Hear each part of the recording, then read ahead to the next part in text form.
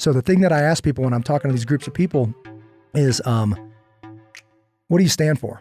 Because if you don't know, anyone to blow you. I could tell you. Welcome to the Badass Dad podcast. KDH here on the microphone once again in the Iron Yeti studios, and very excited about today, man. Jimmy Graham, across the table, former Navy SEAL, and I mentioned before, I'll say that, but your life is so much more than former Navy SEAL. And but super glad to have you on the podcast. We actually, when did we have lunch? Maybe a year ago or something. That was a while back. Yeah, and just wanted to connect and try to connect and just timing whatever. But here we are. Coming at the end of 2020 and a chance to sit down. And so I want to talk about, kind of where little Jimmy grew up, your time in the SEALs, but really get into the meat of it and what it's like just, preparing our kids and being a badass dad and some of the other great things that you have going on. So, welcome to the podcast. How you feeling today? Thanks, brother. Thanks for having me. I feel great, man. Beautiful day in Colorado. It is, man. You never know. It was 70 degrees a couple days ago. It was freezing this morning. It took a turn, man. It's beautiful out there. It is. You just never know what you're going to get out here. But hey, let's start, kind of your origin story growing up in Kansas City, right? Little Jimmy Graham growing Missouri up. side. So Kansas City split by Kansas and Missouri side. So Missouri side, kind of suburbs just outside the city, that kind of thing. And that's kind of came up there until I left for the Navy. So were you a kid, athletic kid? What kind of kid were you like? Man, I was a lost kid. I was bouncing all over the place. A lot of energy, didn't know what to do with it. Some sports, dabbled in wrestling, dabbled in football, that kind of stuff coming up. And then kind of lost my mind as a high school kid. Yeah. And we talked about it a little bit earlier before is needed some direction, needing guidance. And then when I saw like the Navy and the SEAL teams in particular as a challenge, that really was the only answer. That energy was going to go somewhere. I'm glad it went somewhere positive. Well, and you were, I don't know, lucky enough, fortunate enough, divine intervention enough to make that transition at a pretty early age into the military and then right into SEALs. Yeah. Yep. So tell us about how that was. I mean, going in to the Navy in particular and then the SEALs right away. It was a wake up call. I think having a little bit, and I, not that I had a hard childhood at all, but just wasn't, we didn't have a lot growing up and all that. And the boot camp part was kind of comical for me a little bit. I mean, you see people that get rocked. They've never been out of their hometown. They've never really, done much and had any challenges, and they melt through. I'm not talking about SEAL training. I'm talking about basic training, Navy boot camp, you know? So I had my sights set on something bigger with the SEAL team. So knew that was kind of a stepping stone to get to the place I wanted to go. And that wasn't a big deal. Into the SEAL teams, that was a wake up call because you don't know you see the movies, you hear the stuff, and you're just like, okay, it's amazing what you'll get used to. You know what I mean? Like that becomes your daily thing to just get beat all day, every day. And people are like, man, you must be super tough. I'm like, I'm super stubborn. Like I can't look at a guy next to me and he's doing it. And then I'm like, I can't quit. You got like 50 dudes here, like I'm not gonna be that guy. Yeah. And then you kind of get accustomed to it and say, I guess just, this stinks for a while. And I'm just pushing myself all day, every day. And I'll just keep one day at a time. They say the only easy day was yesterday is a big buds thing and all that. And then you blink and you graduate. And then you look, it was like you become institutionalized. I remember driving away, like from California, my little Mazda truck, looking back, like I can really leave. Like I just drive away here. You're not going to chase me and beat me and make me get in the ocean or anything. So cool experience. No AWOL for you there. No AWOL. I made it through. I mean, so many people, when they talk about, being a SEAL, there's obviously a huge emphasis on buds and everything because, it's such a pinnacle moment. But that, in the scope of your career, that is a small little piece. It's a significant piece, but it's a small piece there. I want to ask you this. When you first get to a team, like you have your first team that you're assigned to, you are the new guy. Yeah. Okay. We actually have another podcast called the F&G. So the new guy. But you walk in and you are the rookie amongst, world class. What does that feel like walking in there? It's obviously intimidating. And I got a funny story with that I don't know that I've ever told anywhere on air. Cause, and I wouldn't say I'm exactly proud of it, but kinda, you know what I mean? So as a new guy, I learned a valuable lesson in that when you get in there, there's the hazing stuff that goes on. I'm sure it's less now, or they're trying to make it less now or whatever, but it is a rite of passage. Yep. And one instance that comes to mind is there was a party going on. I happened to have a truck and some other guy didn't, and they had to go, and it was a SEAL Team 2 party. 1 and 2 are known for being those classic kind of jack wagons. They were the first SEAL teams. So they'll let all the new guys know that we're the only ones, we're the best ones, whatever. And we got invited to a party. I said, hey, I'll go. And I brought these guys, and I'm like, and you know that the legends are there. They're all right there. You know their names. You know these guys and all this stuff. And you're like, hey, get me a beer, new meat. Okay, I'll play the game all day long. Long story longer, I get cornered up against a wall by a guy that's just had too much to drink, and he just keeps going. And he just starts pushing me and name calling. And I mean, there's 100 people there, all the way back to this fence. And this is what reminded me of like this saying, the junior man is still a man. You know, at one point I hit my point and in my mind threw that career away and beat this guy to the ground. Yeah. Navy SEAL, you know, higher up, he was LPO of a platoon and all that stuff. And his buddies jumped me, but I didn't get hit at all. Like I was getting choked and I was getting all this stuff and I was like just waiting for it. And I'm like, it's worth it. Whatever. Here we go. And then I figured out why. They were like, he was wrong and he had that coming. You know, there's some stuff going on there and he crossed the line, and that's what you get when you cross lines. And I respected that. But in my mind, I had flushed all of that down the toilet for that one moment. And another cool thing happened is the senior chief pulled me in and said, hey, I heard you there's a party this weekend and you attended and some stuff because it travels. You're right. And I'm like, here we go. And he actually said, I'm going to counsel you. And he wrote up a counseling shit, is what they call it. And he goes, I'm going to put this in my desk right here. And if you go through your probationary period, no more incidents, and you get pinned to Trident, you come back and I'll tear this up. And he did. Wow. You know, so that was kind of a pay in advance with buds. You get there, you prove that you should be there, and then they kind of take care of you. So you got to earn that. Yeah. Well, that rite of passage on so many different levels, you know, is there, and just being able to stand up. And I love that even a junior man is still a man. You know, I train jujitsu and stuff. I'm often reminded. I just saw a guy today, young guy, super athletic. He's like 25 years old. And ironically, his dad is my age. So we actually started talking about that. And he's a white belt. And, you know, when I roll with him, I have to remember he's still a man. Yeah. And he's still 20. He's got all the testosterone he could possibly have running through his strength. And he is as strong as an ox. And I love it. But at 46 years old, there's no way I would pick a fight with a dude coming out of buds. They're at the pinnacle of their life as far as shape, you know, and being just an absolute machine. And that's just not a good call. Well, so let's move on because, and I mean, we spend a ton of time. I know people are interested in hearing about the Navy SEAL thing, and I'm sure there are wonderful stories there. But I want to talk about when you made the decision to leave the Navy, to leave being a SEAL, and how that was. I mean, you know, time, effort, energy, camaraderie, structure, all that stuff is there, and you're now making that decision. How do you come to that place? Man, that's a great question. I've thought about that internally. I don't know if this has ever come up. I wear my faith on my sleeve, so I go there every single time that I'm allowed, or even when I'm not. I felt called to do more. I felt it as a part of the journey, but not the destination. And that's easy to say for people that get out that aren't good at their job. And I'm not bragging, but you know, I've got the awards and the medals and all that kind of stuff, saying that I loved that job, and but when I got there, I did first deployment. Didn't quite get enough of that taste in that community. Second deployment, extended once. I was like, man, I'm just called to do more, but I'm not sure what that is. And went ahead and took that step. We've got a saying in my business and in my family, just wash your face and get back to work. Because where that came from was I said, everything significant I've done in my life, I felt like I was going to throw up, but I did it anyway. Okay. It's like, if you're going to throw up, just throw up, because we got work to do. You know what I mean? So wash your face and let's get back to it. So when we do with the decision, like right now, actually in my business, there's these big decisions and you're like, man, this thing in my gut is just, then you're probably right. So just do it, you know, and just deal with it. So I did that, did a little bit of, I did a 2-month stint, and we didn't talk about this, with Blackwater USA. Okay. When nobody knew what that was. Okay. Ended up being one of the leads on a mission that went south, where there were 4 American contractors strung up and burned a lot, burned to, you know, in Fallujah. I'm sorry. Oh, dang it. Help me out. Fallujah. And they're all blending together right now. That's okay. Yeah. Yeah, that's right, Fallujah. And that led into another teaching opportunity, and ended up getting an opportunity to train the SEALs as a civilian, and then got recruited by the CIA. So with the GRS program, the 13 hours, if you're familiar with that, that was my team. Wow. And I haven't said those together in a while.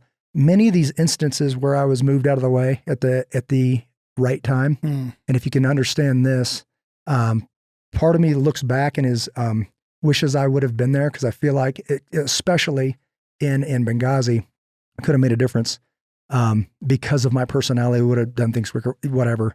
That's just an internal thing for me.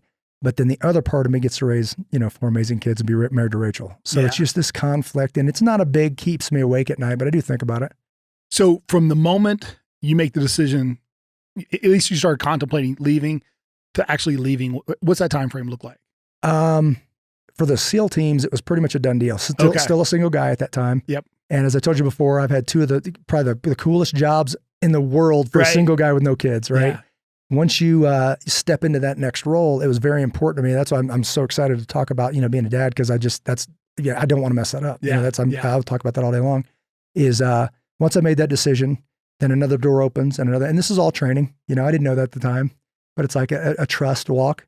And it just always happened that way. Whether it's selling a house and moving here or quitting a job or whatever, you get that feeling internally like, oh man, this is rough, and should I do this? And then you just step over that line. It's never been a bad thing. Well, and it feels like, and this is me personally, just feeling like when those moments of decision come, all of the angst, all of the emotion that comes is in making the decision. Yeah. And it's like, once you step over the line, like, okay, well, it's done. I mean, now what are we doing now? Yeah, just get to it. Get to the rat killing. If you're talking about true grit, let's just get to the rat killing. Yeah. Once you make that decision, and it's like getting to the gym. Yep. Getting there's the hard part. Once you're there, you're going to work out. You know what I mean? But you got to make the decision, just take that step, and then, okay, we're here. Let's do this right. Good. So you do time with the CIA for how long? About 7 years. 7 years. Okay. Then you get out, and is this when you start your business? It all kind of overlaps. I remember a resume, there's this write-up, I was speaking, and somebody read all this stuff, and then I walk in, they're like, dude, you're supposed to be like 65 years old. Some of that stuff overlapped. It wasn't like A to B and then to C or whatever.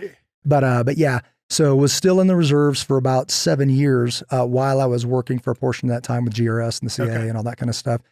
In 2012, before Benghazi, for the 13-hour stuff and all that, that's when I started the company. Duty to Act LLC is the name of the company officially. Doing business as Able Shepherd. So that was started the business and started heading that direction. Then there was the attack in Benghazi. Got moved, rotated back home, went back, actually first team back to Benghazi afterwards to collect some stuff and find vehicles and figure out some stuff. And then launched both feet into Duty to Act, what became Able Shepherd. I love it. Well, let's talk about Able Shepherd now, because I'm going to let you explain it, because I will bastardize it incredibly bad, during this, but super excited. And when Nancy has talked to me, Nancy's the one that introduced us. Nancy Von Menden, what's up? That's right. What's up, Nance? It sounded like, the strategy that you've used in having advancements, it's almost like jujitsu, where you have a white belt and you have a blue belt and you kind of progress through there. So talk a little bit about that also, but give us the overview, about Able Shepherd. We say, we consider ourselves tactical readiness specialists. And I told you, the response word implies that you were waiting it to happen. Now you got to respond to it. Readiness is kind of like a preparedness statement. And you got to be ready before, during, and after these events, because I don't get a pick, in the sequence they happen.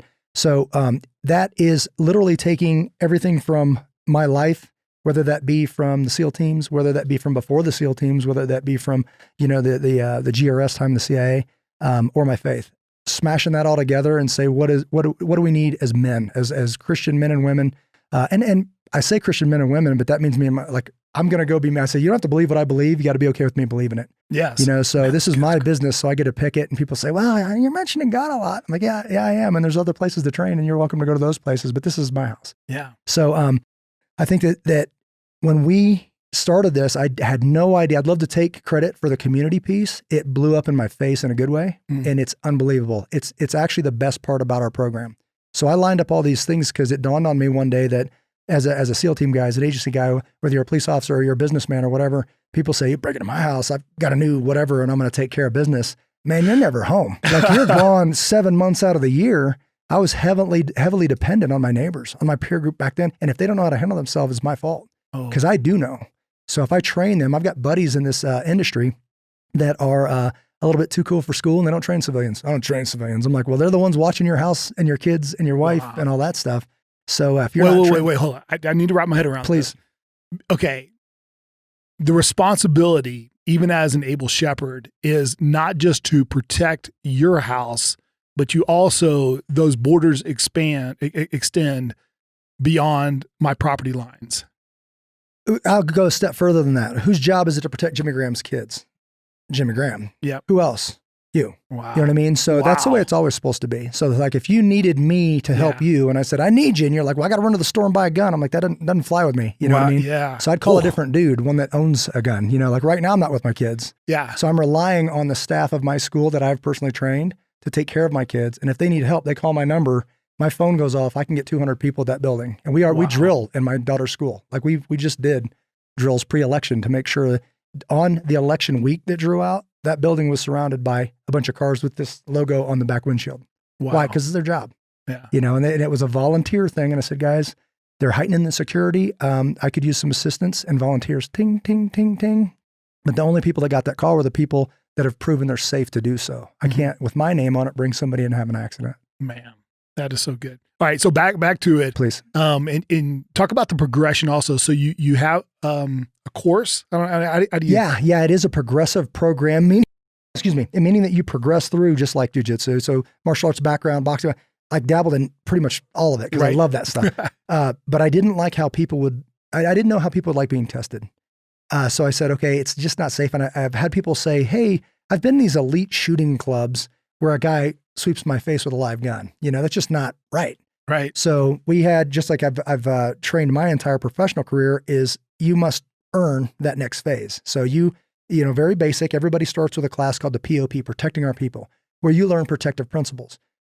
Example of that would be, where are you supposed to be during a crisis? The answer from protective world is between the package and the greatest threat. That means my daughter's here, the door's over there, my job's to get between. Yeah. Before anything else happens, right?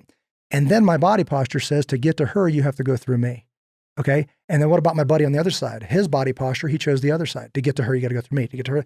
Now we're surrounding this little girl. I say, link to me, and we leave the room. Those are all protective principles that people skip.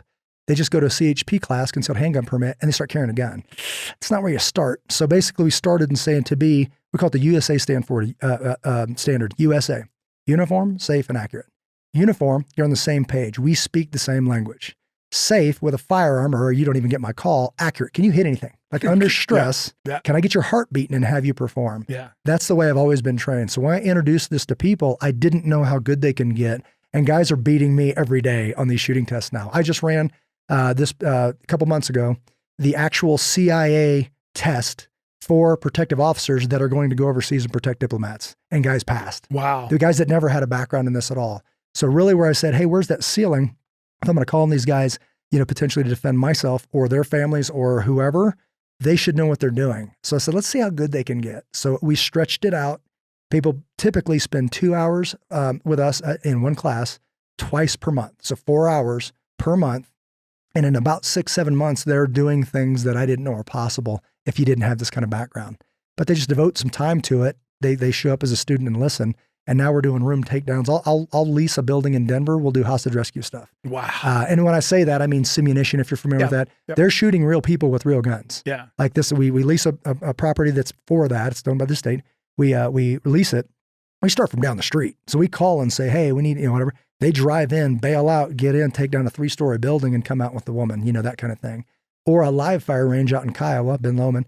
We'll go out there and do shooting from vehicles. And what does that look like? Because most people show up to the range with their gun in the back in a box. Right. I want it next to your leg and I want you to jump out and start shooting, you know, and people don't really think about that. It changes the gun, it changes the tactics, it changes the gear, everything. I mean, you're taking all of the theory and bringing it to life. That's right. That's like, show me. Like everybody's like, well, you know what I'd do is like, that wouldn't work. Why? The gun's too long. What are you talking about? Get in the car. They can't get in. Big guy, 16-inch barrel trying to get, it's okay. That'll work out, but whatever. Well, you know, it's interesting. I had texted you and I introduced you to another buddy of mine, Rich Reed. Yeah. And so Rich comes from an EMT background and, you know, I wanted to get him to teach a class and we were talking about, you know, emergency response, you know, being the first one on the scene, you know, before, you know, law enforcement or someone else shows up.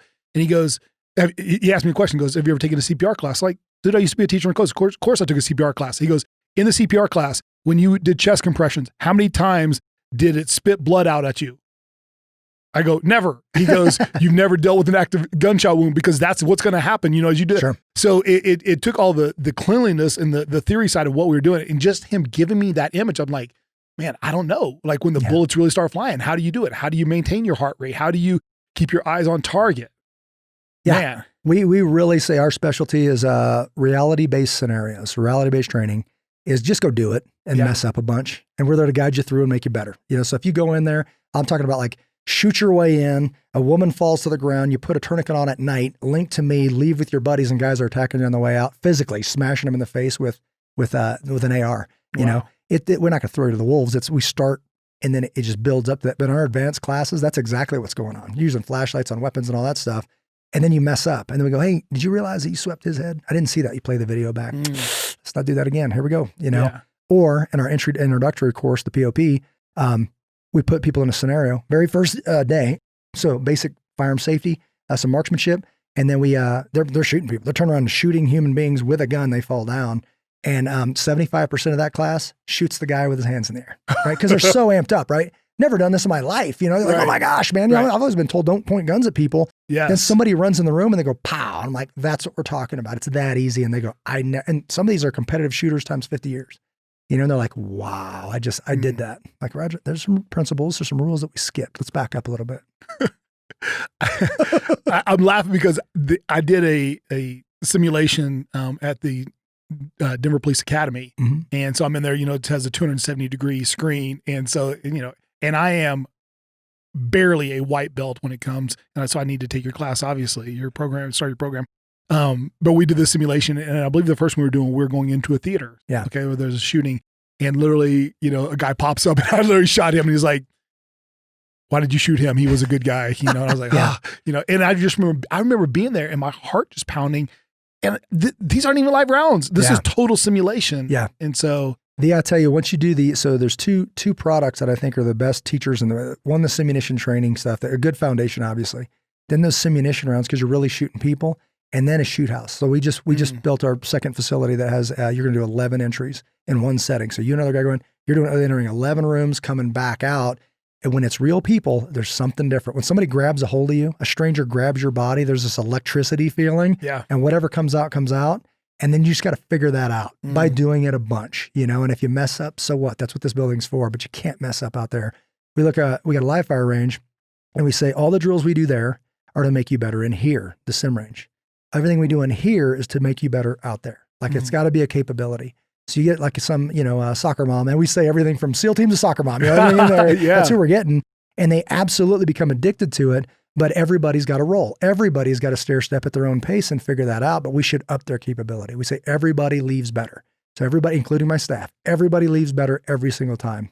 And it becomes addictive. And we say for those soccer moms, if it's a hobby and you don't trust it, it's like, you're not going to use it. So if you leave and it's a capability. So this was a hobby that scared me because my husband had this big 44 Magnum and it busted my face and I'm bleeding and all that stuff.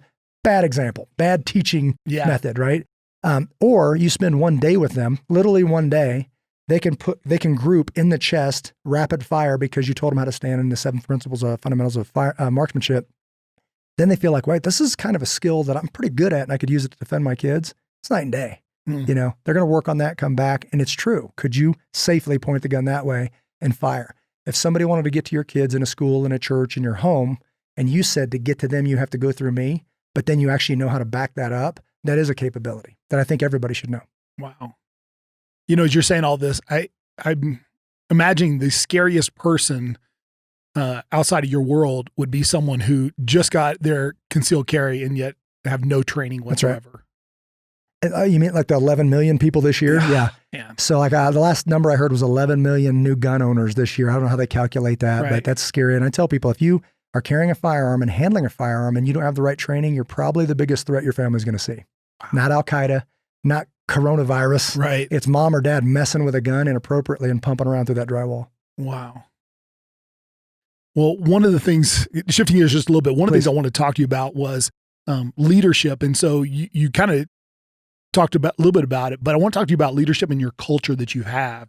And so, over 9 years of being in business, you clearly learned leadership skills maybe before, but also in the teams, your active duty, your responsibilities afterward, but you brought some things to it. And you have, from what Nancy told me, an incredibly loyal following. Oh man. And the culture, like, how do you do that? Because there are guys out here that are business owners also, that they need to be able to do the same thing. And you've been able to translate what you learned, active duty over here. And how do you do it? Like, This is, man, it really is the favorite part of what I do. You know, Okay. and I told you before, I didn't expect it. I can't take credit for that. I just wanted to, provide for my family and something that was a passion of mine, right? And I'm just blessed to be able to do that.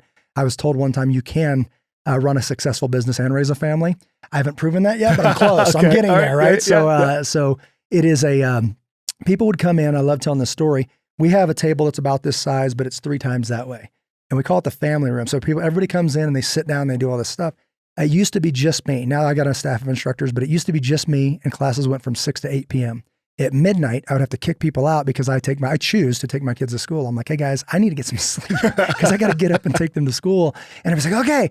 And we leave in phases. We go from here, then we go out and lock the door and talk there a minute. Then we go stand by the cars for a minute. And then they break into smaller groups. And you're like, okay, so if I'm going to hit the door right now, I got to leave right now. And then an hour later, I'll be off property. Right.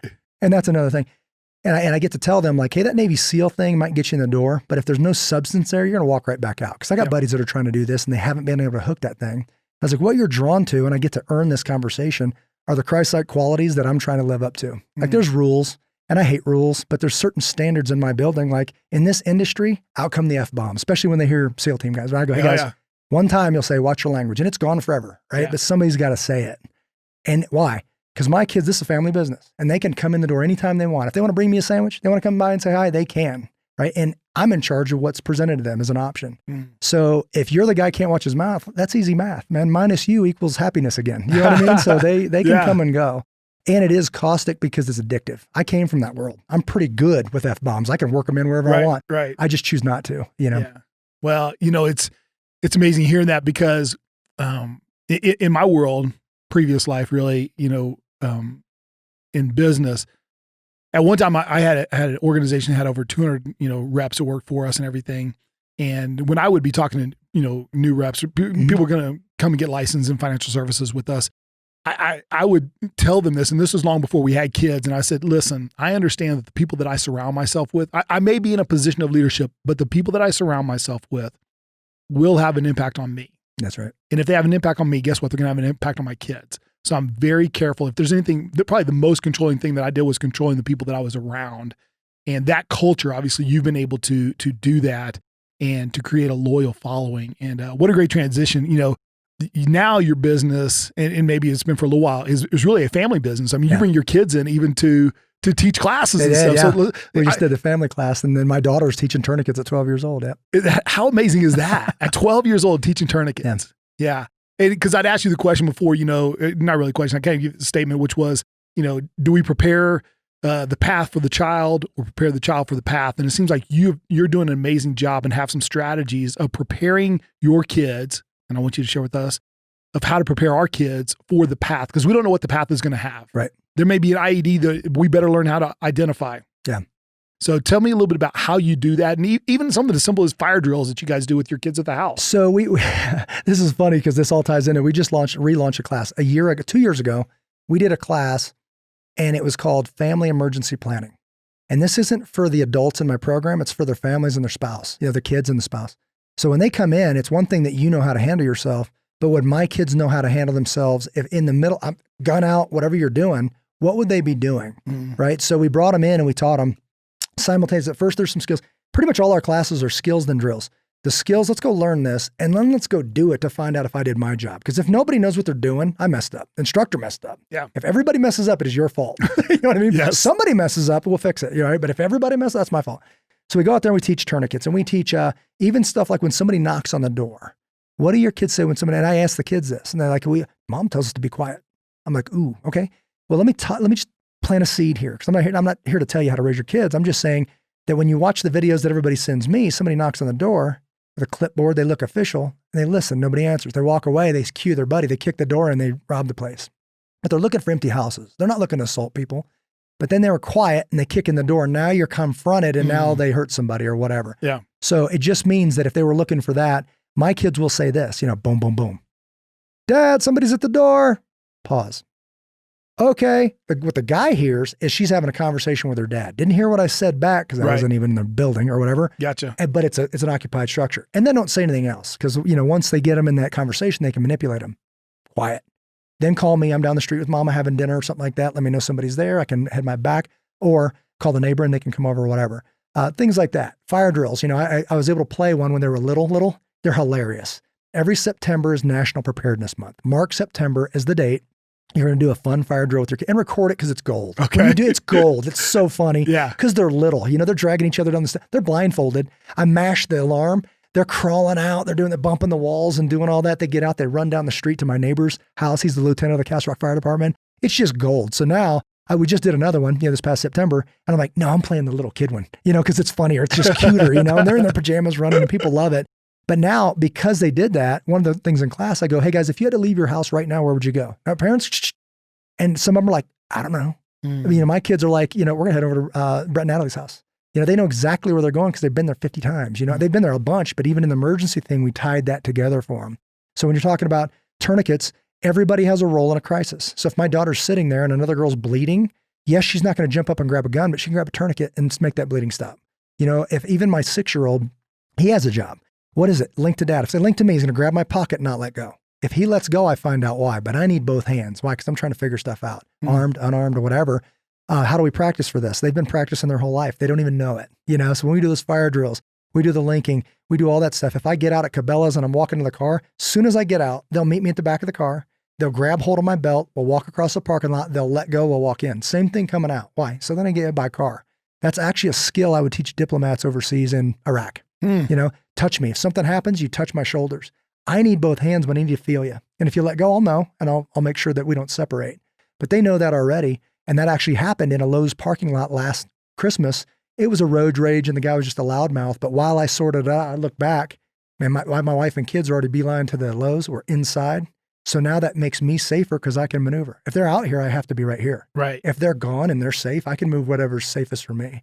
So it helps me by them getting gone, but there was no talking. It just happens. So stuff like that we go over. And like abduction prevention, the guy comes up with a puppy or whatever. We actually, the way we do this is I'll actually walk them outside and borrow the kids. Moms, are you okay with this? I walk them outside and I go, we're going to do that drill that we did earlier, but this time you're going to do it by yourself. Oh, you know what? I forgot my phone. And I walk inside. And now they don't know it, but their parents are looking through the blinds watching. And I got a guy staged in the alley by my business. He walks out and tries to lure them away with the puppy thing. Wow. And it's super uncomfortable for the parents to see. But man, if they take off, don't go out and, bitch out your kid. That's your fault. Yeah. If they mess up, it's your fault because you're dad. So anything happens here, it's your fault, right? Because why? Their kids are supposed to mess up. So until you get them to do that successfully, we're not done yet. So that means we got to, okay, hey, I know we talked about this. It's my fault. We never practiced. So we're going to practice this. And maybe later they think it's a drill. They think it's practice, but it might save their life. I love puppies. Let me go get my dad because he's going to want to see it too. And then they find out that's the guy, whatever. So all of that mashed into a couple, 3 hours, it's just gold. It's good stuff. Well, and I just know one, the passion that you have behind communicating this even right now, but it sounds like you make it fun. It's so, the kids have a blast. I tell people and my staff and everybody, if I'm going to be involved, it's going to be fun. So if you got some boring thing, don't even call me. Right, what I mean? Right. So if we're doing this, we're going to have a good time. Oh, that is so good. I feel a little bit like one of my very first jiu-jitsu lessons that I learned, I was actually rolling with this little bitty, 5'0" Mandy Davis, and she chokes me out. And, immediately I go, clearly I don't know this, even though I weigh 100 pounds more than her and I'm a 1.5 feet taller, But like, as you're sitting here talking, I'm going, wow, there's so much that I don't know look, I'm just unconscious incompetent. Sure. And now I'm conscious incompetent. Now I got to decide what I'm going to do with this information. And we're going to get a chance to promote. I know you have a podcast, you have the business, website, all those things we're definitely going to be promoting as well. Give us those things real quick if people are listening right now where they can maybe connect with you. And then I want to talk a little bit more about kids as well. Yeah, all that information at ableshepherd.com. The podcast is called the Protector Culture Podcast with Jimmy Graham. So we're having a pretty good time with it. Love it. Love it. Let's talk about, raising kids and, there's so much more. Obviously you've spent a great portion of your life in the protector mode and equipping protectors. But there's also other elements to being a dad that are very important to you as well. And so talk to us about maybe some strategies, some things that you do with your kids and I'm going to end up asking you, did you grow up this way? Did you grow up, as a man of faith and this just naturally spilled over because it was modeled for you? Or were these things that you learned and you go, man, I need to apply this. And then, of course, don't let me forget, I want to come back and talk about taking a little Spanish adventure as well. Yeah. Man, this is probably my favorite subject. I love the fact that I would say it's probably birthed out of, when you're having a child and you're like, I don't want to mess this up. So I want to look at some books and do all that kind of stuff. And the one that stood out, I believe, was James Dobson. And it was a quote that said, is it, cause it caught me right in the middle of a conversation with myself.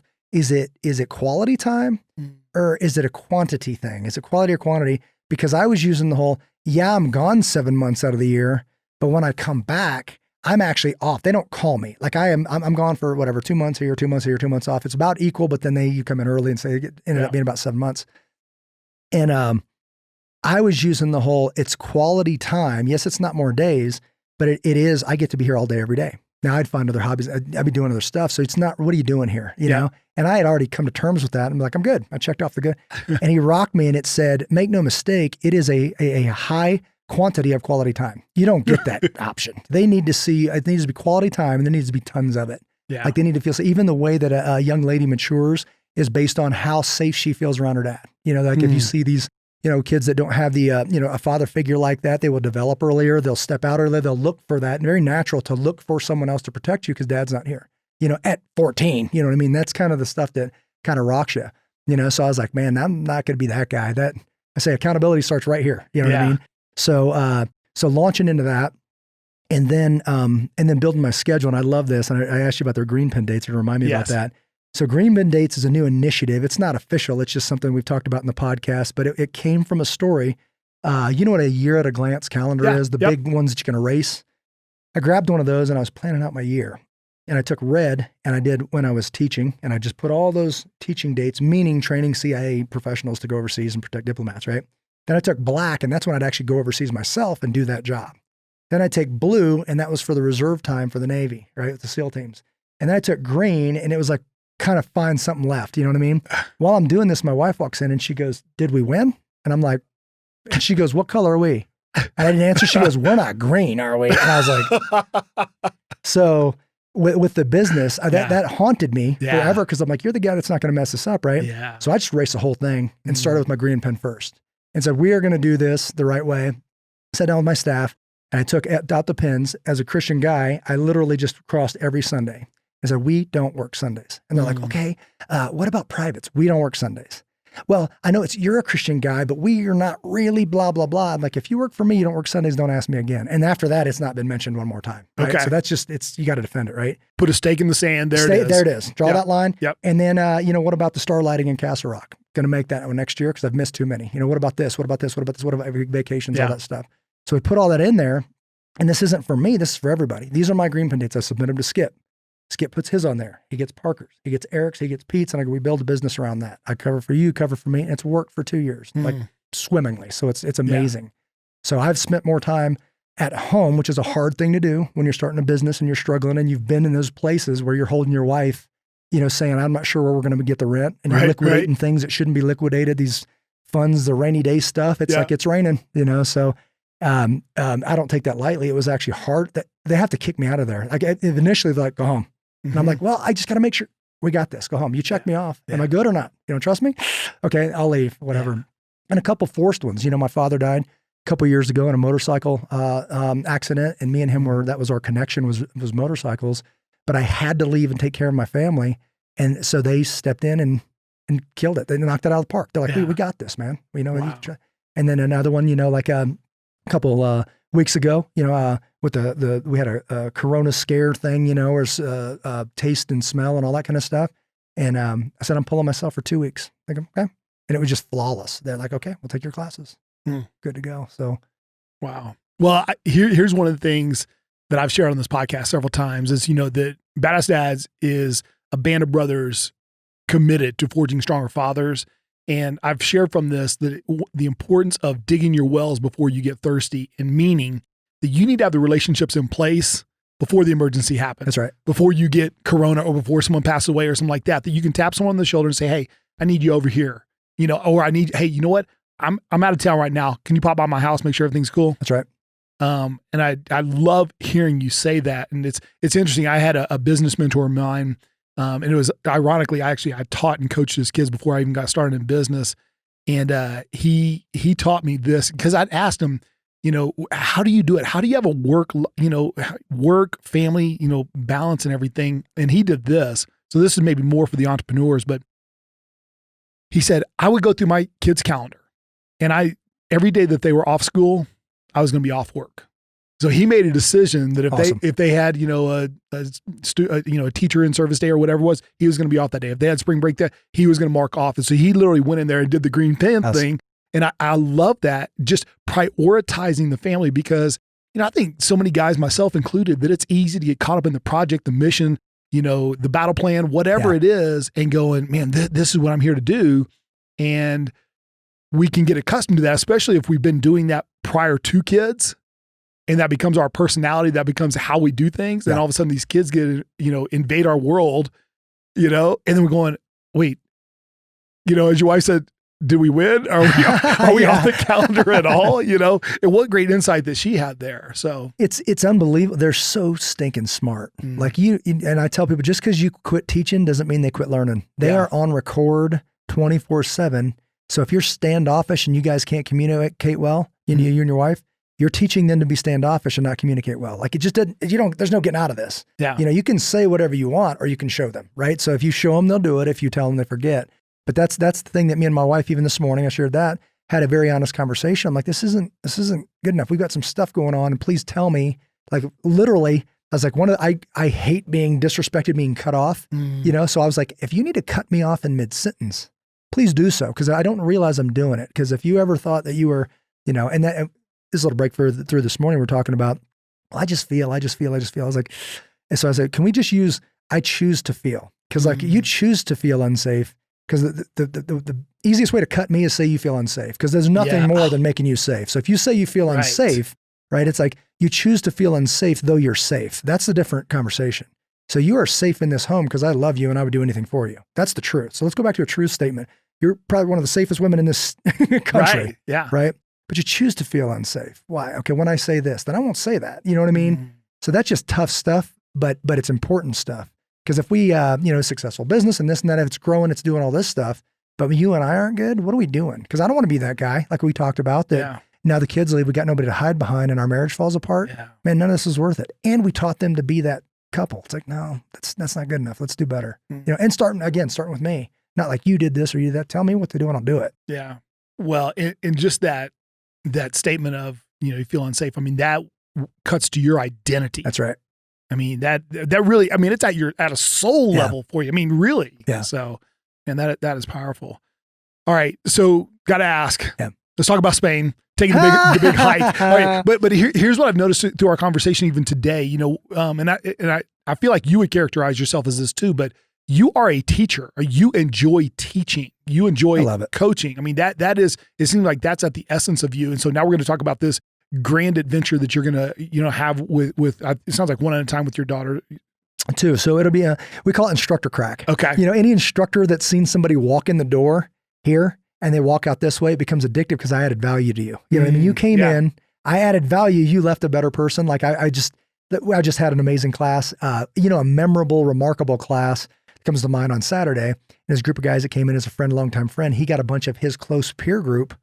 Some of them work together, construction, real estate, blah, blah, blah. They all came in. He's like, this is my inner circle. And I trust you with them and only you. And we did this class. It was unbelievable. Like people that wouldn't leave, they're staying and asking about everything. Unbelievable. That's that thing there where when you contribute to adding value to somebody else, it does become addictive. So I absolutely love it. Yeah. So this thing, it's in the beginning of every class, when I first meet you, I'll do some kind of icebreaker. It usually goes something like this, like I'll mix it up a little bit. What's your first name? What's your hometown? Just pick one if they're all of it. And what's your favorite movie, right? And just right there at a Saturday morning, Friday morning, it wakes people, dang it, man, there's so many and we hear everything, whatever. It's also a good way to learn about good movies that you haven't heard of. Sure. So guys, tell me about The Way. Have you heard of The Way? It's Martin Sheen and Emilio Estevez. Okay. Unbelievable. Watch it tonight. Like you just got to check out this movie. All right. And it's about broken people going on this voyage. And it's the Camino de Santiago is it's 1,200 years old. It's a pilgrimage walk from France to Spain. And all walks do this. Yes, it's a Christian heritage and all this stuff, but people from all over the world come and do this. And the only thing that I believe you're going to find on there is it's safe. It's amazing. It'll change your life and you'll want to do it again. right? And I know guys that have done it. I was on my podcast, I interviewed one of the guys that went with his son. So I didn't know how my kids would watch this PG-13 adult movie. We watch it and they are picking up things. They're crying. They're picking up things I didn't pick up. I'm like, oh my goodness. Yeah. So we talked about doing this in 5 years. So I'll have a 15-year-old and a 17-year-old. You want to freak yourself out, pull out that tape measure. A buddy did this to me and I wanted to punch him in the face. He's like, okay, this is a lifespan and you're here. And then he goes, okay, Rebecca's how old? Is she here? And he puts that 18 thing and he goes, okay, so let's say she goes to college at 18. She's here. You've got 5 more summers with her. And I'm like, oh, you know what I mean? It's like, now it's action time. So I said, hey, when you're 17 and Sarah, you're 15, you're going to be with dad and we're going to walk from France to Spain. And it's this amazing pilgrimage walk and they can't escape you. You're together and you got to figure it out and you got to rough it and sleep in these, they call them albergues, but like some of them are these huge monasteries that have bunk beds and, you know, all this stuff and just get to walking. Wow. Man, I mean, we're going to do a whole podcast about this. And I told you, like, once you mentioned this to me on the phone the other day, you know, I was a little frustrated because we were going to take some time away as a family for 100 days out of school and didn't happen. So this kind of resurrected some of those emotions, but I'd be greatly remiss if I didn't. This is the number one question. This is kind of really how the whole Badass Dad podcast started, was off of a text message that I sent a bunch of guys, which was this: you know, by the time your oldest daughter reaches age 18, you'll have spent 80% of the total time you'll ever spend with her. So what are 3 things you want to teach her before she turns 18? You picked that daughter, right? Yeah. And I couldn't be more pleased with that daughter as a dad. And you almost don't want to let on. Just, I would say, she already knows many of them. So I would attribute that both to her, the mother, myself, and the good Lord, is that, man, she's not confused about who she is. You know what I mean? And it reminds me of this Stand in the Gap initiative is another website I'll spit out. The standinthegapinitiative.com is something I felt called to lead because I wasn't seeing leadership of saying, how do we fix this? The situation you and I are sitting in right now and wrapping up 2020, heading into 2021, I see very clearly as a challenge for Jimmy Graham personally to make a stand and do something about it. Like, we can talk about it. And the next week we can talk about it. Next week we can talk about it, or we can get out there, right? So I'm inviting people to just, you know, through prayer, figure out what is that thing that wakes you up at night? What's the thing that used to disgust you to no end? Okay, go. Like, ready, go. Because, you know, plant that seed. And if that's your calling, then it'll be watered for you, you know, but you gotta take that step. So the thing that I ask people when I'm talking to these groups of people is, what do you stand for? Because if you don't know, anyone to blow you. I could tell you you're a racist. If you know 100% you're not a racist, then no matter what I say, it's going to bounce off you. You know what I mean? So you're like, okay, right. And then what's your hill to take? What is your hill to take? Meaning, I am not going to go start from the ground up a pro-life movement, right? That's very dear to me. But Lila Rose has already done that. And she's taken so much ground. But the most efficient thing I can do is back her up. You know what I mean? Say like, hey man, that's your front, you go, you know? And then do you care enough to do something about it? So, and I'm going to know my answer next week because you're still sitting here, you know what I mean? That kind of thing. So I think that's what popped into my mind anyways, is just knowing 100% what she stands for. I would love for you to ask her those questions without me in the room. And that would be just I would be terrified of her answers, and I'm already proud of what she would say. You know, she would probably give you a Bible lesson right here, you know, and then back it up with something that she's done. But what do you stand for? What's your hill to take? Like, there's many battles. Which one's yours? And go take it and fight to win. And then, do you care enough to actually do something about it? And again, I would say that don't answer with your mouth, because I'll know next week, you know? So those things, and she's a world changer. She's something else. So she just did it just for a minute, because it popped in my head. A couple battles that she just recently fought was one the class got punished for some kids acting out. And it's his 3rd time or whatever with this long essay and all that stuff. And she goes, Dad, I don't feel like I should do this. It's not right. I'm like, Becca, we're going to show respect for your teachers, because this school, we picked, of all the schools, this is the one we want you at. And we're going to trust your teacher on this stuff. And I just did the parent answer. And she goes, I go, but why? Just tell me why. And she's like, well, I'm not disrespectful. I actually love this teacher. She's amazing, but I just don't think it's right. You know, she's like, and she starts tearing up and says, I'm a good kid. I try so hard. You just don't know the things that I hear. They're tearing me apart, goody two shoes, all this other stuff. But she's like, it makes me sick to my stomach to think about doing the wrong thing. And she's like, but now I'm going to be punished for that. And now her friends, she's like, my friends have said that I'm just going to be bad because what's the point? All this stuff. And there's this thing again inside me starts turning and I go, so you were willing to not write this. Okay. What if you get an F? Because she's very serious about her grades. What if you get an F? Is it more important to do the right thing or to get a good grade? She goes, do the right thing. I go, okay. I go, well, you make your decision and I'll back you 100%. She starts bawling. She's like, really? Okay. It's like, if they give you an F, Dad will go to the school, we'll figure that out. Yeah. But you can't miss that moment. And you think I'm going to put that fire out? Oh, hell, I didn't put the fire there. Man. So I'm like, Roger that. So we talk about it and I'm like, okay, let's do this. She's bawling. Now she gets nervous because she got to write the letter, right? She writes the letter and then she gets this long, well, sometimes in society, I'm like, whatever. So she writes this thing. She goes back in and then the teacher doesn't respond. She responds the first time with the short things, responds the second time, whatever. She goes in and then they hand out all these papers. They set them out there and Rebecca's feeling this again. And we talked about that. Go wash your face. I'm about ready to throw up. Just throw up and get it over with then because this is the deal. So and then she goes, raises her hand. And the teacher goes, before I answer you, Rebecca, I just want to tell you guys that this is now optional. It will be extra credit. And the people that caused this are outside writing a longer essay. She's just glowing because it was her small victory, right? And she walks over, she goes, it make you feel good, Becca? She's like, yes, ma'am. And I was like, you won't be disrespectful. Right. But if that's the path, if you're going to follow that path, you're actually right. Yeah. So I got you on this one. And it just meant more than it ever could have, me forcing her to go write a paper. So good stuff. And I'll applaud you for this because what a great example you are, because it would have been so easy for you to step in and smooth the path out and you take the action with the teacher. Right. You know what I'm saying? Right. But you taught her, and on so many different levels, one of the things you taught her was grit. Like she has an identity. She makes a stand, right or wrong. Yeah. And she's willing to deal with consequences. Yeah, there's consequences there. Yeah. You make your decision and do it. And it was pouring out of her like, this contradicts everything you've been teaching me. Yeah. And I'm like, it is. And it took me a second. Yeah. Because I just wanted to do that. Rachel said, I'll take care of it. Don't take care of this. Let's let her take care of this. Yeah, Mama Bear wants to step in. Mama Bear was like right there ready to pounce. And I'm like, hold on, sure, let me at her, whatever. Yeah. And we're very respectful because it's an amazing school. It's a Hillsdale affiliate school here locally in Lone Tree.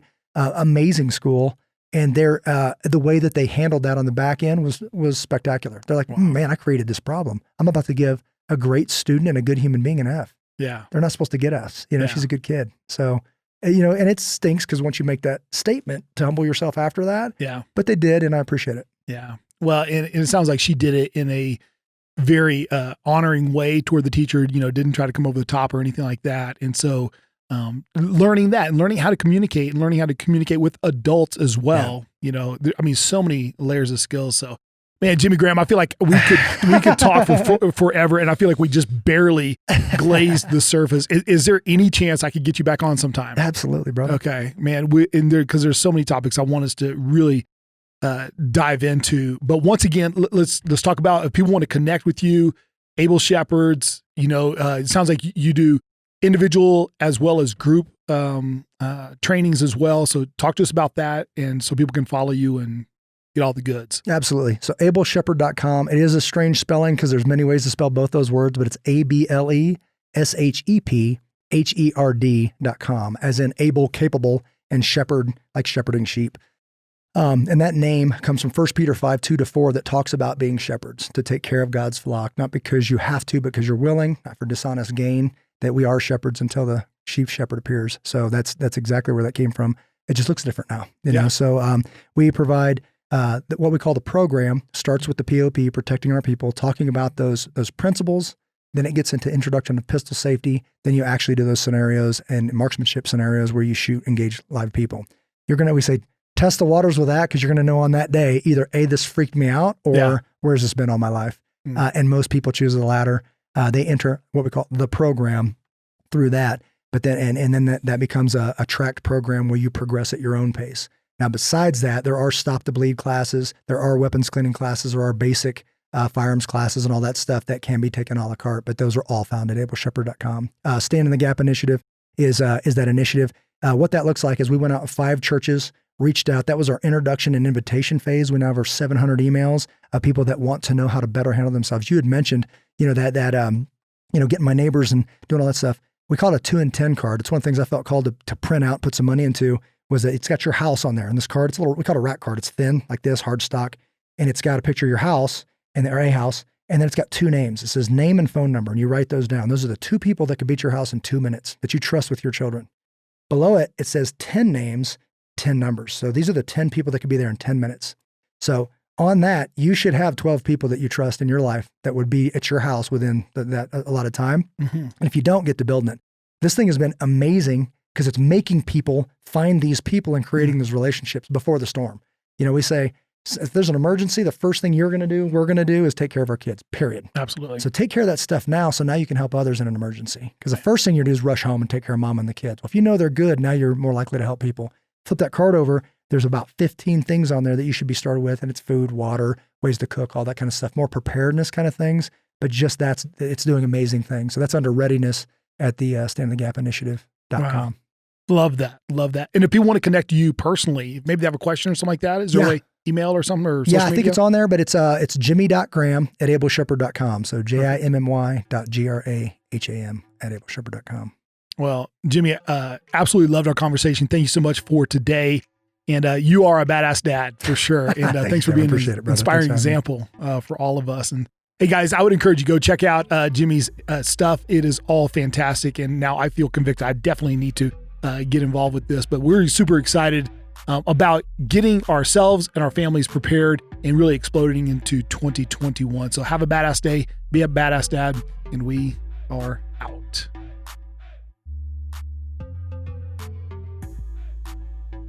Hey guys, just want to thank you so much for listening to the Badass Dad podcast.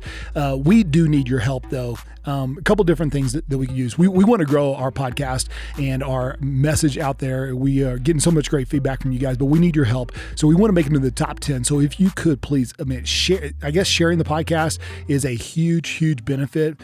Also, if you'll comment. So if you'll leave us a comment, like leave us a review, and some 5 stars would be great.